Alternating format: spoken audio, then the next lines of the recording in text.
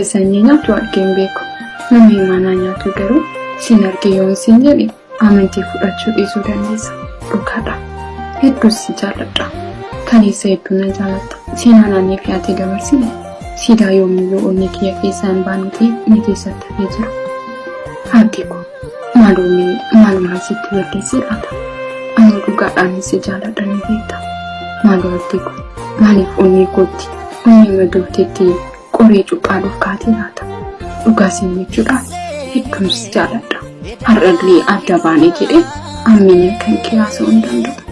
Sin jaalladha waan ta'eef hamaa kan keenan. Abdii maalumaan maaltu kun si gaafadha?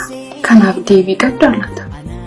Abdii ko gaafa yeroo jalqabaa waadanaaf galtu akka lubbuudhaan biyya lafaarra jirtutti anarraa adda baatee jiraachuu akka hin dandeenye waadanaa galtee turte. Har'a maal taanaan addunyaa ishee kam keessa jirtaa laata? Siif jireenyi hedduu miidhagde anaaf garuu guyyaa natti dhiite. Abdii ko har'as abdii ko siin jedha.